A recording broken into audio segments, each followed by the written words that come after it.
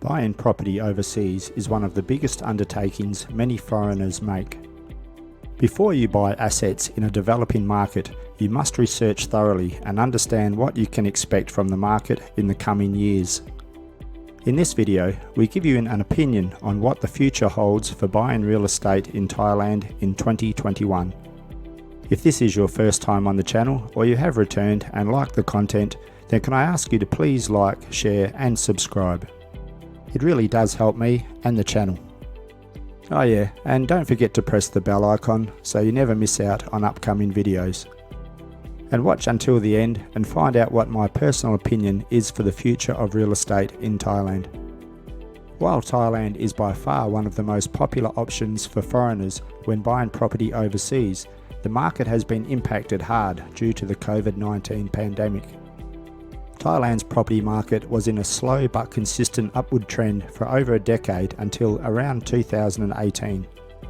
The main reason for that increase is the number of foreigners that visit or have decided to live in Thailand, whether they be workers or retirees. To give you an approximate number, around 90,000 foreigners applied for work permits in the second quarter of the last year in Bangkok alone. That figure rose somewhat when you consider 78,000 foreigners applied for work permits in the first quarter of 2015. A better economic outlook, higher take-up rates and occupancy rates resulted in this upward trend. In 2018 and 2019, the economy has struggled, and on top of that, there has been a more volatile political climate in the country. A greater supply of apartments and tighter lending policies have cooled down the market. Enter 2020, and how has Thailand's property market been affected by the COVID-19 pandemic? Thailand relies very heavily on tourism, especially the coastal cities and islands such as Pattaya, Phuket and Koh Samui. Not surprisingly, these markets, along with Bangkok, have been badly affected during the pandemic. For example, new supply of apartments has reduced by more than 73% in the second quarter of 2020. One of the leading developers in Thailand say they have seen a 40% reduction in profits during the first quarter of 2020. Some analysts believe that the market may rebound once the pandemic is over, as investors might target apartments in cities such as Bangkok or Phuket. The significantly reduced demand will inevitably provide investors with discounts from developers. Many local developers have postponed the launch of new projects to finish existing stocks. As a result, locals and foreigners have been able to acquire units well below the market price. Pattaya's real estate market has been on the slide for a few years. There has been a constant decline in the number of new condominium units for a few years now, but still, prices have increased by 3 to 5% a year, which is very good considering. Pattaya has faced issues with an oversupply of properties in recent years, and the market has been struggling for some time. One thing is for certain, foreigners and expats do have a major part to play on Thailand's property market success or failures. Some of the cities like Pattaya and Phuket are more vulnerable to economic downturns in countries like China and Russia compared to Hue Hin and Bangkok, because they mainly attract wealthy Thai investors. You don't have to be a real estate guru to know that there will be a massive decline in Pattaya's property market until the pandemic is finished and Thailand is able to attract visitors and investors back to the kingdom. Prior to 2020, demand has been shrinking in Bangkok for a couple of years. But even so, there has been an increased supply of condominiums. To give you an idea of the growth, in 2009 the number of condominiums was less than 100,000 in Bangkok. By 2020 the number has reached around 560,000 condominiums. The average price of condominiums has doubled in that time, from around 60,000 Thai baht to 120,000 Thai baht per square metre. The number of serviced apartments was less than 500 in Bangkok in 2001.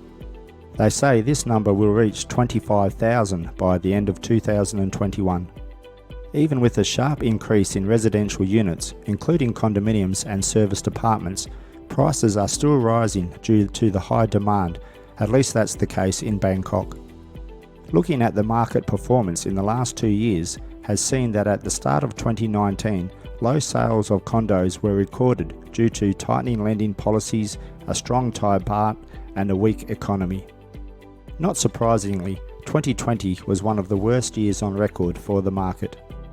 Despite having problems with smog and being one of the most polluted cities in Asia from time to time, Chiang Mai has risen and has become very popular amongst property buyers. Chiang Mai is significantly smaller than Bangkok and is mainly a hub for digital nomads, students, retirees, tourism, and some manufacturing businesses. You will find cheaper property here, but not as high yields. How will Thailand's property market perform in 2021? With a weak economy and developers with lots of excess inventory, the residential real estate market is predicted to remain weak throughout 2020 and the first half of 2021. Will a special tourist visa help to revive the Phuket market? Phuket has been smashed economically from the pandemic. Phuket has been hit particularly hard as it relies so much on foreigners and tourism. Thailand's government has set up plans to launch a new special tourist visa to increase tourism and investments. Tourists from countries like China have already arrived to break isolation and enjoy the beaches. But is it enough? Hopefully, this new visa can be introduced to provide some respite to the market, but especially to the locals who rely so much on having numbers in town. Because the market has crashed so significantly due to a tampered economy and reduced demand in 2020, this has pushed developers to postpone launches until next year at the earliest. Existing projects have been sold with discounts as high as 20 to 30% as developers try to clear out existing inventory.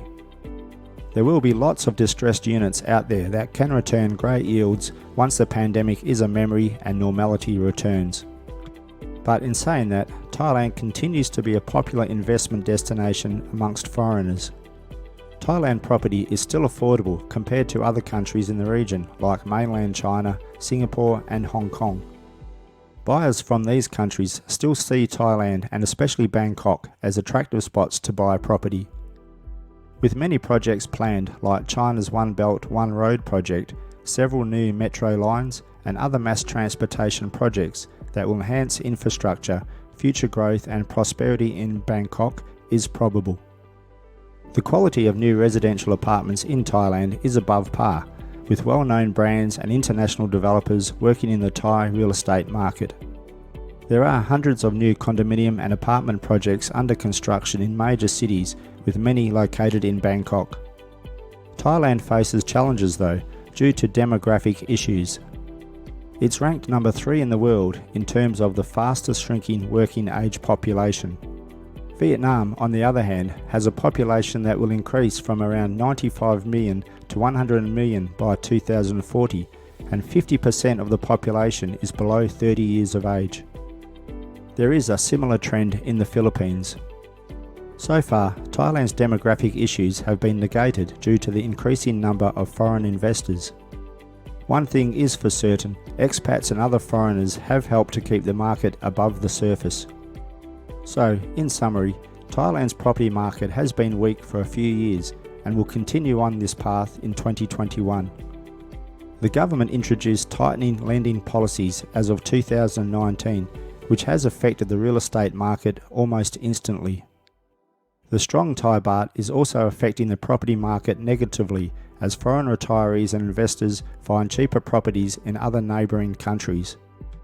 That said, keep in mind that the market performs differently depending on property types and locations.